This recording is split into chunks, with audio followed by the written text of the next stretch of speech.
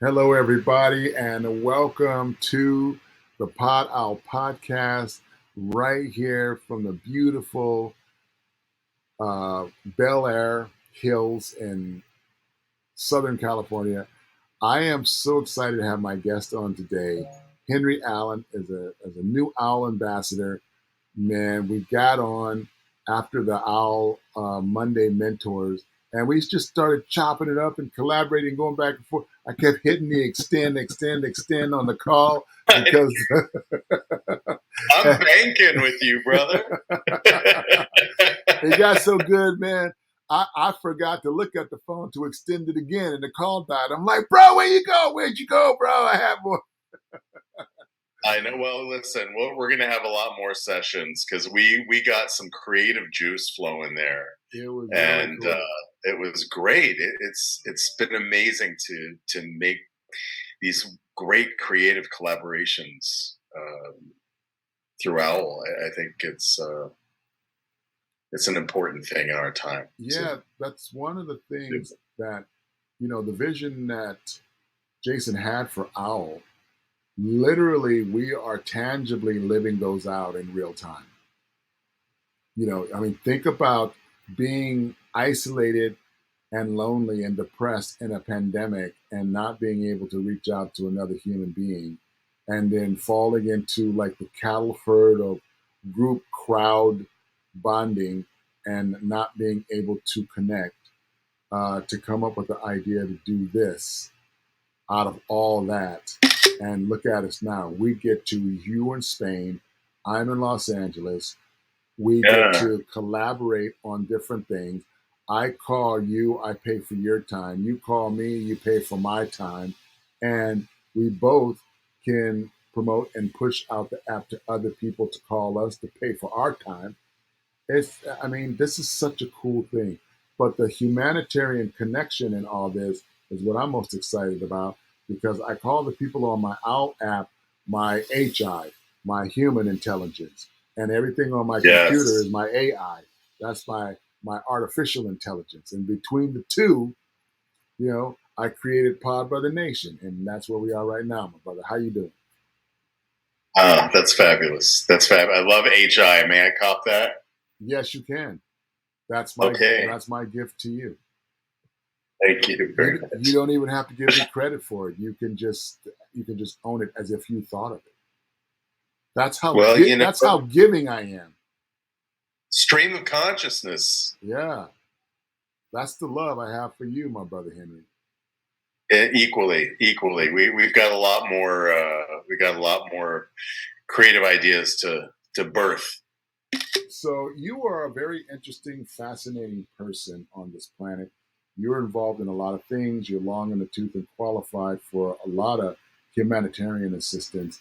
You've got the creative gene, so that you are lucky enough to be gifted by God to have the talent to come up with some creative byproducts that you can leave for us to enjoy and create some immortality for yourself. Tell us a little bit about who you are and what you do. Well, I think that. Thank you very much. That was a very beautiful introduction. Okay, I enough really about Henry. appreciate Now back to me, everybody. Thank you, Henry. it. Exactly. I I grew up all over the world. I had a window into humanity in a way that Hold that most thought. American Hold that kids. thought. Hold that thought. Speaking of window, landscaping Yeah. neighbors have started the leaf blower. Let me go close my window because I don't want to miss a Okay. thing. Everything I that you didn't have hear a is thing. everything is awesome. I don't want to miss it. So hold on 1 second. Crazy kids, get off my Get lawn. off my lawn, you crazy kids! Uh, Let me take a little sip of my Vishikata which is the most delicious mineral water on the planet. that It's from sounds good. Colonia in Spain. They did not pay me for this endorsement.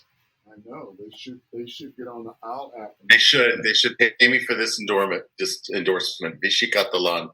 You know, I drink it by the case full because it's hot. All right. Sam's sweating. Okay, so you saw the wizard. You pull the curtain back, and you can see all my magic levers. See, we love that.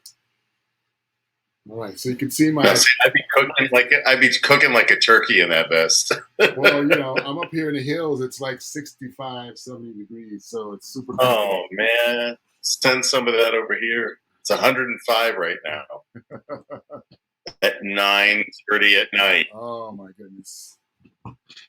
Okay, so now back to Henry Allen. All right, here I am. So yeah, so my dad was a cultural diplomat for the USIA. Did you ever hear about the USIA? What is the USIA? The USIA was, because it's now defunct, the U.S. Information Agency. And they were the propaganda wing of the U.S. government back in the 1950s and 60s. This is before there was a McDonald's outside of the United States. There was a time, people. Wow. And they took all the appropriated culture that is America and wrapped it up in a shiny red, white, and blue ribbon. Everything from jazz to apple pie to entertainment to aerospace and aeronautics and industry, the Olympics, sports, all these things that are American, and sold them back to the world as better than you did it. So, pay up. So, mission accomplished. Wow. But I got to look. I got a machine behind that. That's right. Talk about the men behind the curtain.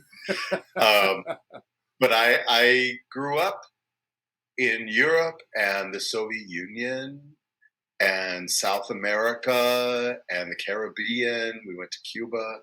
And it was just really an amazing way to grow up. And I saw the spectrum of humanity paraded across my doorstep every day of my foundation.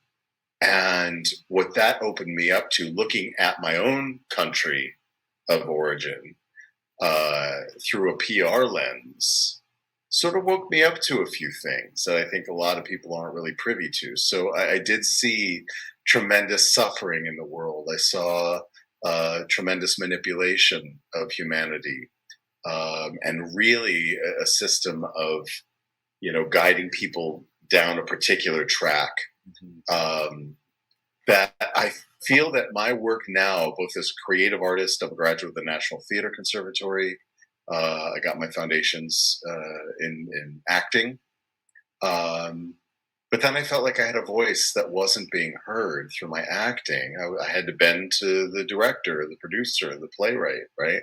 So as a director, I get to lend my voice to a project. And I felt called to heal some of the damage in the world that my father's work did.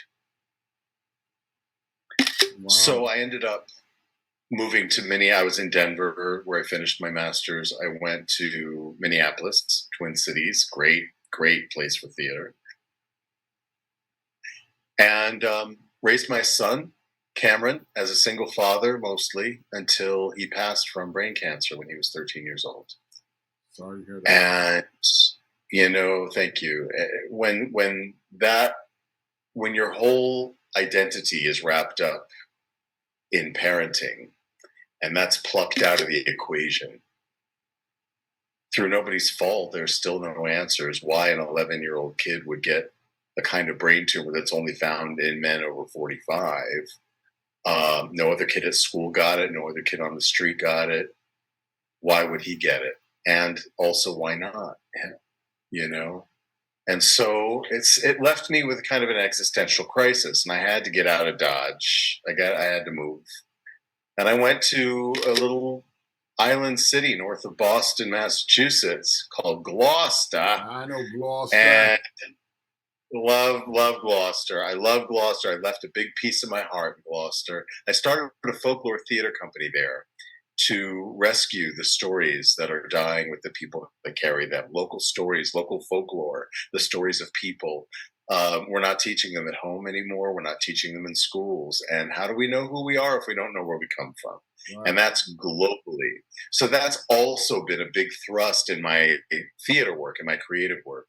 Um, and so, alongside of that, with my son, I founded an organization that is now called the Lost Travelers Club. One thing when you have survived your children that you hear a lot is, oh, that's a club nobody wants to belong to. And that's a club nobody should belong to. Well, you know what? We're here. We might as well have a club. And so it's an empowerment organization that brings parents who have survived their children together and allows us to channel our grief into service in honor of our children. It lends purpose to our journey. And so I went and I studied and I got my diploma in grief and survival counseling to lend some credibility to my work. And it was a fascinating journey. And so out of that work, we've developed a word like widow or orphan for parents who have survived their kids. It didn't exist before. And now we have one, and it's peregrine. And the origins of the word peregrine are lost traveler or stranger in the field, also a pilgrim on a sacred journey, which we are trying to find a sense of purpose again. Right. Mhm. So that leads me to Peregrine. my overarching sense of purpose, which is universal life skills. And underneath universal life skills lives the Lost Travelers Club, lives the Liminos Project, my theater work internationally. It lives Guywire, which is my counseling, not only in grief and survival, but anything people are struggling with when they're feeling uneasy and unstable. A Guywire lends stability to a structure Mhm. until it can find its own strength to Mhm. stand on its own. Um, so I found my calling, man. I think a lot of people struggle with that right now, Yeah. and always have, I guess. Yeah. Yeah, it really is a good place to be when you do find your calling. It almost like your perspective on life and the world and who you are, what you do, completely, totally changes. And even the clock, the dials on the clock spin differently once you discover that, because all of a sudden there's all these things you want to do and you want to bring to the world, and it requires amount of resource and time and evolution and research and development. And now that you have found Expertise. purpose, yeah, expertise, it's a race to get the 10,000 hours in so that you can be that expert in this newfound calling that you have. And the dials on the hand just start zipping around like crazy because you have so much you want to do, and you realize, oh my God, do I have enough time before I leave this planet to get them all in? Before that, Yeah. the dials are just dragging, like a second is an hour, and you're like, oh man, this is painful. Like, what am I gonna do? Why am I even here? Do people even notice me? Am I even worth anything? And then Yeah. you find that calling, and life changes dramatically. And and Well, and your perspective on time changes. And I love that metaphor of the clock spinning because it really blows out of the water everything that we've been taught about time, Mhm, time being a continuum, right?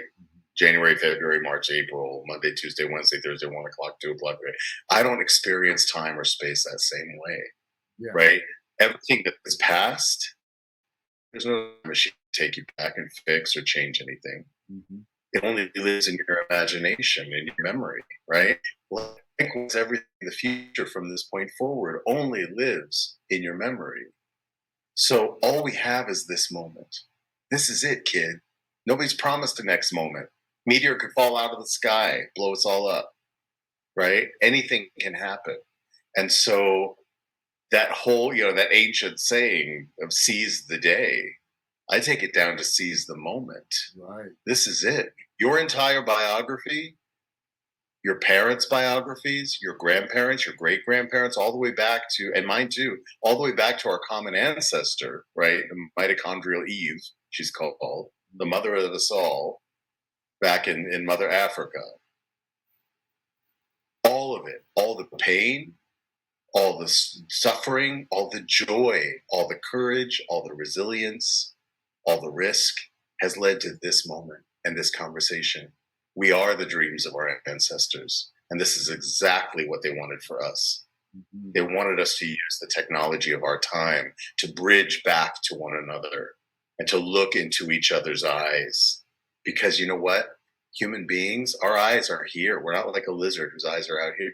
We can't see our own face. We can't see our own eyes. We rely on one another to reflect back to us. That's what I love about PodOwwll, is that you have these wonderful opportunities to find your own reflection, right? If you're feeling stuck, you can go find somebody who is an expert, who's put in the time, who's vetted, right? And you can say, you know what? I feel deficient in this skill. I'm going to look up, oh, here's somebody who's got that skill. They're an expert. I'm going to go and talk to them for 10 minutes, 20 minutes, an hour, however long it takes. I think it's brilliant. I think it's absolutely brilliant.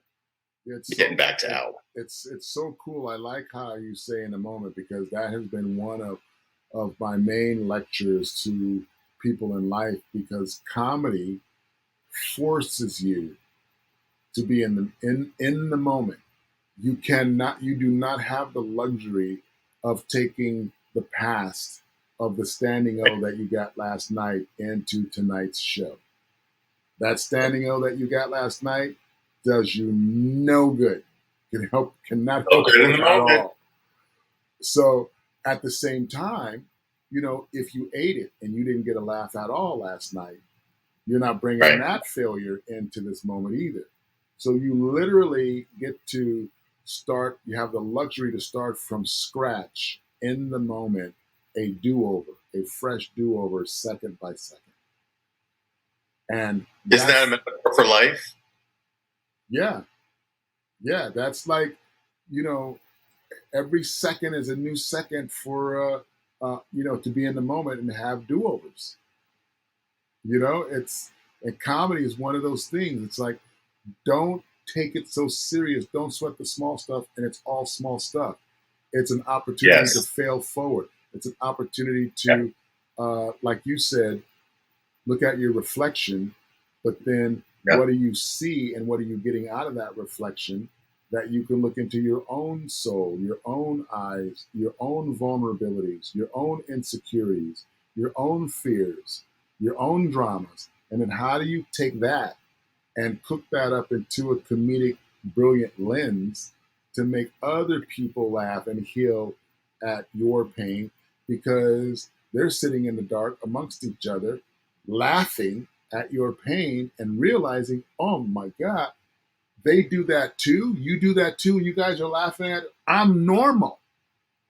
You go into the Yes. comedy club with all of these insecurities, these vulnerabilities, and all this angst and anger and hate, Yeah. only to realize, oh, you guys all feel the same way too. I can relax on this.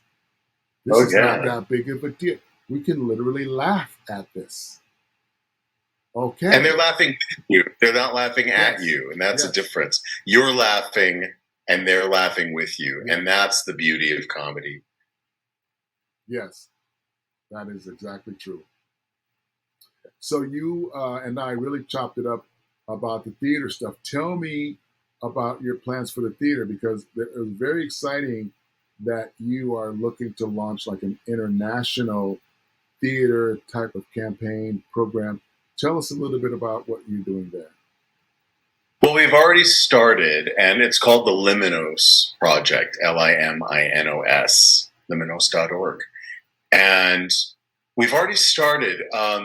We were forming it before COVID, and the vision was to be an international touring company, and not just international in our travels, but international in our company, in the makeup of the company, the performers, the artists, the directors, the writers. We want the spectrum of humanity to be represented, because the vision for the company, which I haven't seen anybody else doing, is it explores the dance across the threshold between the human physical and the human spiritual being, because we're both. But when do we ever talk about the liminal space, the space between spaces, that is you? That you are the pivotal. It takes the human consciousness to conceive everything around us, even God. Even the creative force of this universe takes the human imagination to conceive. I don't know that my service dog has any concept of creation, period. But humans do. And we can do comedy, we can write poetry, we can write plays, we can perform, we can sing, we can dance, we can do all of these things willfully using our imagination. So the Luminos project, which is a word I made up, it infers the liminal space. In that liminal space, we bring artists together to explore the threshold between the physical and the spiritual, the seen and the unseen in the human experience. Wow. How's that grab you? That's cool. That is very And then cool. because COVID hit, right? And then there went our idea for a touring company. So we had to regroup, as many theater companies did. In fact, a lot of theater companies could not survive COVID, Yeah. and many have closed, sadly.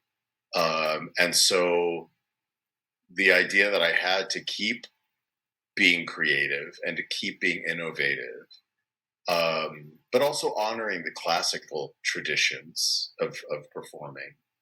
Do you remember Danny Kaye? Yeah. You're probably old enough to remember Danny Kaye, right? He was Hans Christian Andersen. He had a comedy variety show. He was a Broadway performer, amazing storyteller. And I remember I had an LP record of Grimm's Fairy Tales told by Danny Kaye. And it was not like a book on tape. Once upon a time, there was a princess who lived in a... No, it was layered with music and atmosphere, sound effects, and he played all the characters. He did different voices for all the characters. And I didn't grow up in a happy home. So that was my solace. He was the one person I could turn to, and he was consistent. He was warm. He was funny. He was friendly. And I could put my record on and I could sit with Danny Kaye for a bit and hear a good story and laugh, right?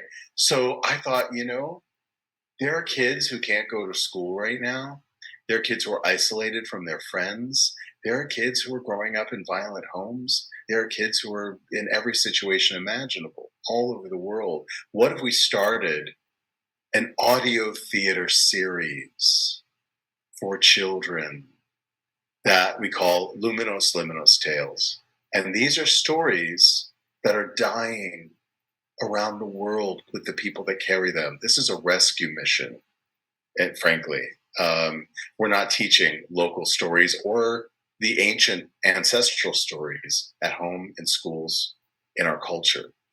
And so this is a way for kids to reconnect to their ancestors through storytelling, and not just, bland book on tape kind of stuff, not in a way that talks down to children or treats them like Muppets, or has these kind of insipid, that whiny kind of Right. cartoony kind of thing. Right. These are real performers. These are global actors. I have an actor from Zimbabwe. I have an actor from Pakistan. I have an actor from Italy. I have an actor from the UK. I have an actor from the US, all around the world, Hong Kong, right? And so what we do is we record our parts. I'm the director. Each actor performs their parts opposite me in their own digital recorder.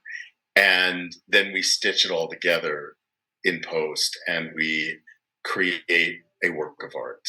that sounds like they're in the same room. It sounds like they're in dialogue together. It's got music to let those moments swell or to color the moment. And it's all very cinematic, but the visuals are in the imagination of the listener. So it's interactive. There's nobody there sitting there saying what a princess looks like or what a mermaid looks like or what a dragon looks like. The person listening gets to conceive those images, which children can do from about the age of what, 2.5, 3 years old. And yet we keep presenting them with these adult imagined images and said, this is what it looks like. And it's not. Wow. Right? So it's That is exciting so work. cool. It's thrilling. We haven't launched them yet, but we're going to very soon. And it's really exciting work. And it's a homeopathic dose of goodness during these challenging times. How do I audition for the next round, man? That sounds like an exciting thing to be a part You don't have to audition for me. We've already had a couple of chats. of. That's You've awesome. got a beautiful voice. You've got a great character. You got great countenance, and let's do it. Thank you. Let's do it. Yeah, same thing. Yeah, I'm working you're on in. an internet radio show that's a live stage performance. We were talking about it, and I would love to have Love you be it. on that. You would just kill it. And Well, and I also want to tap into you to help, you know, on a collaborative side of it as well. You know, yeah. like have you, you know, have a producer role, a writer role, or whatever, and we could just go back and forth. And I could see you and I doing a writing session and just, you know, making it really funny, really cool. You know, it's a 1940s radio style of show that has these modern movie themes. So the Yes. formula is to take a modern, iconic uh, blockbuster movie that everyone knows about. Everyone knows the gags, they know the characters, they know the cliche lines, and then rewrite that in a 40s style radio show with all the comedic, ridiculous exaggerations. We can take it as far out there if we want to. And And set it in the 1940s. I love that. I love that because it's so specific. Very It's so specific. specific in its tone and style, Yeah. and it's great. It's great. And I've directed these kinds of 1940s radio plays when I was teaching at a Waldorf high school. We did that as a senior production where all of the actors were dressed in 1940s. There was somebody doing the sound effects, the Yes. Foley. Well, we're gonna There have was a somebody Foley else, bit. Yeah. somebody else, walks up in her pearls and her fur, and she does a commercial for ladies, Yes. cream, Yep. We're gonna have that. freckle cream or something. It's great. Tootsie Roll. I love it. And then like the main house camera, I'm gonna shoot that in black and white. So that's gonna be my that's gonna be, you know, kind of like my black and white, you know, you see the whole stage, you see the audience, so you can basically kind of have a back of the house God camera on the whole setting. You see the first couple rows, you see the actors on the side dropping Yeah. their scripts. You see the storyboard, Dick Tracy style screen of the comic book slides going through as it relates to what's being said, and a little family over here, and then like the last 2 minutes, they all fuse together onto the screen, and you know the cliffhanger moment because all those shows had cliffhangers, right? Yes, that's right. So that cliffhanger moment is when all the actors then fuse onto the voiceover actors and the living room actors, and everything that's happening in the storyboard actually turns into like a real scene, turns into Like the color. like the comic book. They like enter the radio. It's like a portal Yeah, and into an alternate universe. I love this. I love this is right up my alley. Every show And we should make it musical. Yeah, right. So we've been working on that. We just started writing our first episode, and I told you a little bit about it. And Yeah. but I want to introduce you to Maria. She's the director, and she has some brilliant ideas. She's very sharp, and I think the three of us can collaborating on the writing of it to really get these stories super tight, and then we'll just do it. we'll do one, and then Love it. we'll just cookie cutter. We'll sit down and we'll maybe pick out 10 films we can Yeah. do our little comedic exaggerated rewrites on, and Yeah. make this thing a series. Well, I think it's great, and you don't see that very often. Live theater series, right? We'll sit in our living room and binge watch a series, but we don't go to the theater for a series. And plays, they have to be within under 2 hours, or people lose their attention. What happened to our attention spans? You know, there's one project that I'm working on right now it's part of a saga. It's part of a series. There were 4 plays written about 100 years ago about the journey of the human being, and just sort of the unfolding and the questions that arise about the human connection to the cosmos and how do we navigate all this, right? And so each one of those pieces, each one of those plays separately was about 7 hours in length. Mm-hmm. What? Wow. They were operatic in scale, right? So it was really a commitment for the actors, for everybody involved, and the audience. Right. I mean, you don't sit there for 7 hours. You get up, you have a break, you go to dinner, you come back and watch parts 2 and 3 of the evening or of the day, as the case may be, right? And we think nothing of doing that, binge watching a Netflix series. Oh, yeah. But going to the theater for 7 hours to watch a series, even in one day, is unconscionable. People don't think about that. But when it has to do with reflecting the human experience universally, I don't care where you're from, I don't care how much melanin you inherited in your skin. It's, socioeconomic. None of that makes any difference. When you're sitting in a darkened space together, that all vanishes.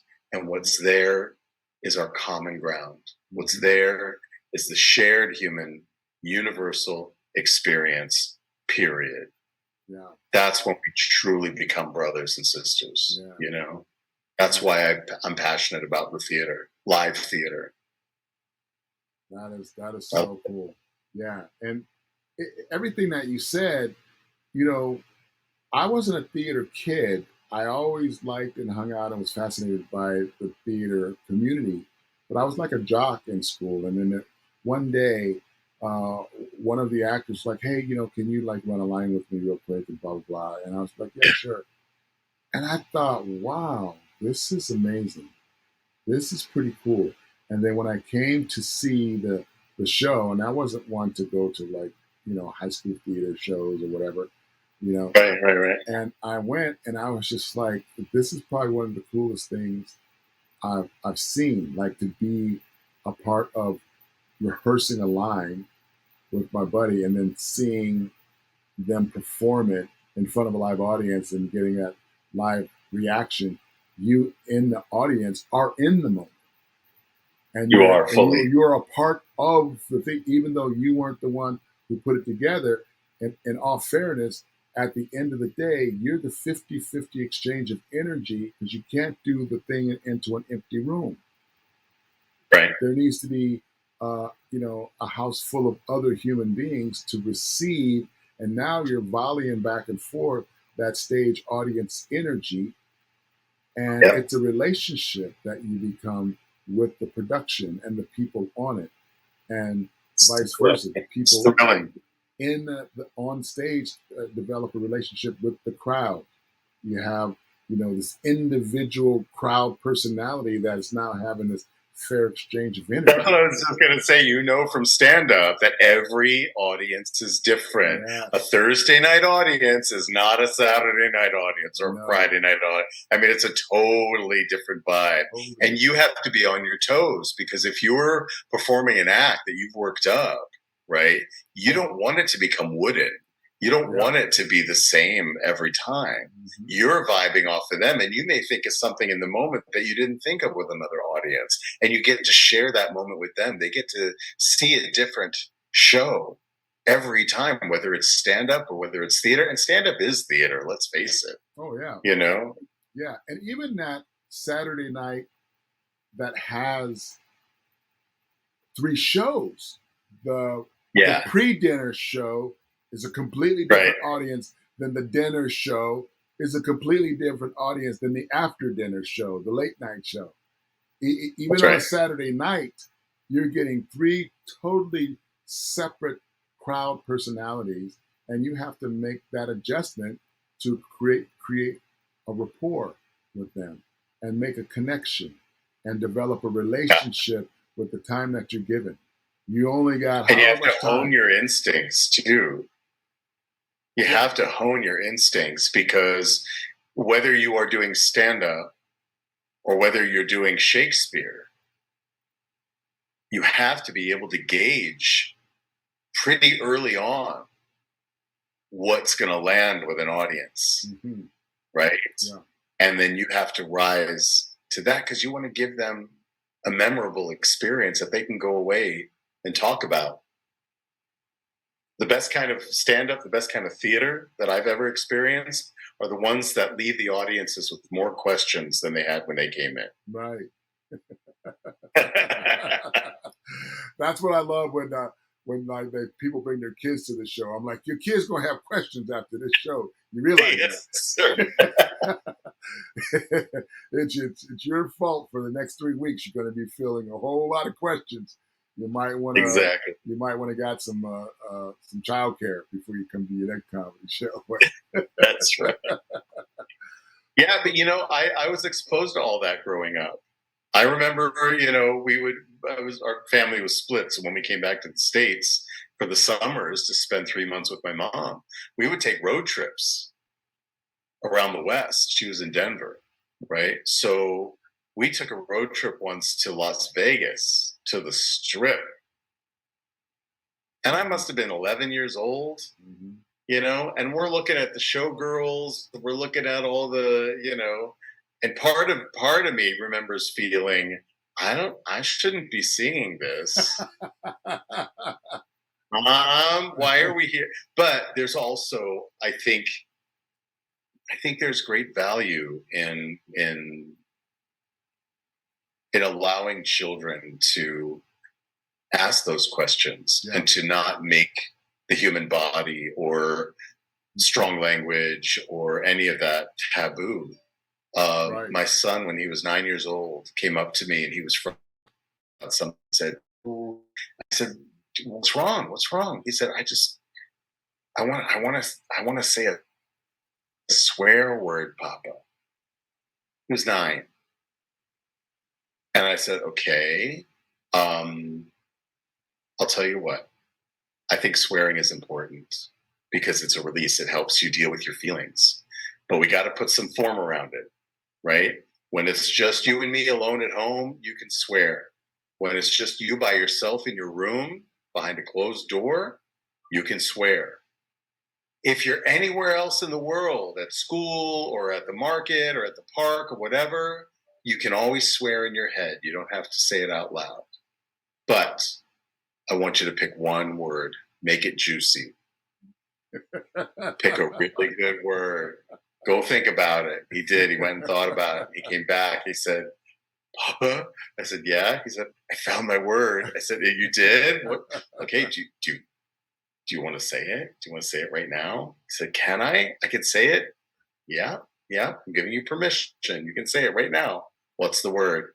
And he looked over his shoulders and he said, "Ass." And I said, "Whoa, that's a strong word." He said, "Can I say that?" I said, "Okay, you can say ass." "I can say ass?" "Yes, you can say ass." He started bouncing all around the house. Ass, ass, ass, ass. It was the funniest moment, and it was beautiful. That's awesome. One of my favorite moments as a parent is giving permission to children to see the world as only they can. You know, Yeah. It's No, not robbing them. That's like this whole drag queen story hour controversy, which is no controversy. Let kids wonder. Let kids have those experiences, yeah, I think controlled, not in a way that's going to abuse them, or be really inappropriate, but You know what I mean? Yeah, I do. I can totally relate to where you're coming from because I grew up single mom, and my mom was a party girl. You know, she was part of that whole kind of Black Panther theme movement. She was part of the hippie movement. She was part of the Afrocentric, Angela Yes. Davis, Black is discovery of beautiful. Black is Yes. beautiful, the music at the time with all the jazz and the Yeah. blues and the Natural hair. yeah, I mean, she was that girl. She was that girl. And I can Well, remember being 5, 6, 7 years old. She took me to see James Brown in concert. We were 3 rows back, and to see all these black women screaming and fainting, and looking over and seeing my mom like passed out, in a shark skin mini skirt. my It, mom wanted to be that, but it she couldn't. She married my dad, and he was a Jewish lawyer, and he was in law school, and he was trying to keep a conservative home, and but you know what? I still have the 1968 original cast album of Hair. nice. Did you ever listen to it? Yeah, I did. Yeah. So Yeah. there's a lot of strong language There's on a that lot of album. language in that. Yeah. Yeah. And so when I would go to my grandparents' house and I start to sing, you know, about sodomy, I didn't know what I was singing, but I knew all the lyrics. Right. It's funny because my mom used to also throw these really groovy kind of soul parties, these Mm, soul hippie parties with everything that came with it. And she yeah. loved to dance, and I was a really good dancer as a kid because Michael Jackson and I were the same age. And here you got this Oh, Michael wow. Jackson at 5 years old on the Ed Sullivan Show dancing, and of course my mom is like, "Oh, do Michael Jackson, do James Brown, do all." So I could do James Brown, I could do his moves, I could do Michael Jackson, maybe even Wow. better than they can do it. Not to brag, but I was just that Yeah. much into it. Wow. I can remember Wow. my mom like waking me up 11, 12 at night. I'm in my pajamas, like sleep in the eyes. And do your thing, and I'd be like half asleep, being like, get up, like, and then these adults are like engaging in adult late night Saturdays, late 60s party activities, and That's I'm right. like exposed to all of it, Yep. and on one hand being fascinated, on another hand having lots of questions, and then on the other hand it's like seeing my mom like participating in it's her party, Right. it's our house, Right. Yeah, we had those but parties too, but we were in Europe, yeah, and it was crazy times. But there was a new kind of freedom that people had found in their human soul. right, I think that the black culture certainly broke through it was an explosion. at that pivotal time, just after civil rights movement. Um, but then, they're the white folks of the '60s, the '50s, where everything was all sort of clean pressed and clean and pearls and vacuuming in your high heels and all coiffed and TV dinners and stuff. It was a breakthrough time, and I'm really glad I was born in the mid '60s Yeah, because I got to no, see it unfold. I got yes, to see the '70s and the disco yes, era and the yeah, Commodores and all yeah, that. I got to see it unfold, and I don't think we'll ever have anything like that never, again. no. I say we are the luckiest human beings in the existence of human beings, if you think about it. Before us, it took decades and centuries to Crazy. invent and implement things. Now, think about this. Before us, the entire universe was mechanical. And then we come along, and all of a sudden it becomes analytical, and then digital, and then wireless. What moment in mankind did you have the evolution of no debris in space, not one man-made thing was off our planet, to Right. billions of pollution in space of things that are just hurling around that are man-made. Space The garbage. Yeah. space garbage. Where in the existence of humanity have you seen the accelerated evolution of technology and inventions and the creation of humans? It took 1,000 years to invent the wheel, and then another 4,000 to go, oh, let's put two on a cart, and then another 3,000 to be like, well, if we have four wheels and made them lighter and had an animal pull it, you know what I mean? And now we made the jump to light speed. We jumped to light speed. It's amazing, and you and I are the luckiest human beings in the existence of human beings to live that.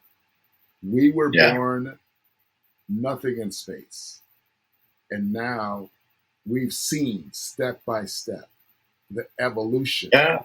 good or bad, of where we Right. are today. Yeah, exactly. I mean, you can't qualify it because there are so many good things that are happening. There's so many advances that are happening. My first exposure to anything that had anything to do with outer space was 2001: A Space Odyssey, Right, which was a marvel to me. right. And the special effects and the realism and everything in that movie, including AI, Hal, right, Yeah, has come to pass. yeah, We yeah, have space stations, yeah. right? I mean, it's amazing to me. And so, look at Star Trek that came out. And you know who we have to thank for Star Trek? Lucille Ball. Oh, yeah. She put her stamp on it. She was the president of Desilu Productions that produced it. And they came to her with this script that was ethnically diverse, which was unseen on TV at that time, and took place in the distant future up in space. And she had the forethought and foresight to see that we needed that. We needed to see ourselves reflected on the small screen as well as the big screen.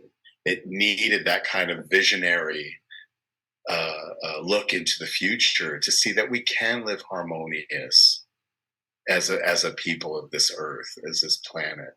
It showed us what was possible. How did we get back to where we are? Is what I want to know. Right. Yeah, no, What it's interesting. happened? It's What interesting. happened? Yeah, it's interesting. Well, wow. Yeah, Dude, I could chop it up with you for hours. We're going to have I this know. be a to be continued for sure. Well, I'm going to have you on my podcast, the Lost Traveler podcast, I can't wait. very soon. I can't wait. Yeah. Let me know anytime. Yeah, I'm we'll flexible. pick this up. Yeah. So where can we find you on the socials one more time? Like your socials, your website? Yeah, if you just go to henryallen.org, everything I'm doing is there, or links to the different places I am. All my socials are linked there. My charitable work, my podcast, my theater work, my music. I'm a crooner. I'm a jazz singer, Awesome. and and I'm a folklorist and storyteller. So it's all there. Sweet. You can go and click all the buttons, click on my name, and it'll give you my bio as well. It's all there. It's pretty. I've been trying to hone my message and get a clear sense of who I am with all this plate spin. It's a never-ending assignment because you're always evolving. That's right. Yeah. That's right. Yeah. But I'm refining as well, yes. which is good. Well, you can find me with everything that I do on the comedy side of things at podbrother.com. That's my stand-up comedy. If you want to learn how to do stand-up comedy, I do a comedy workshop called the pnnacademy.org. Go there, you can sign up. And Henry, I want you to definitely audit my workshop so you can give me some notes and some pointers for sure. Be honored. I would be honored. Shows like this, you will be able to see on podbrothernation.com, because everything that I record live ends up on Pod Brother Nation. So I appreciate you guys hanging out with me. This is Owl Week, which is we do it once a year. This is our second one. I'm proud to participate and do Yeah. this, and very honored to have you on, Henry Allen, to be a part of the live Owl Week experience. And for those of you who want to become an owl, download the app. You can see Henry's promo code right there, HA, as in haha, as in I made you laugh. As Ha. I always have the last laugh. Yes. Ha 290002 is his promo code. He'll get $10 for you downloading it. You'll get $10 to make some calls to both he and I and any other OWL members that happen to be available at the time that you log on. And your life will be changed forever as well. If you want to download my promo code, it's comedy. And you can get that $10.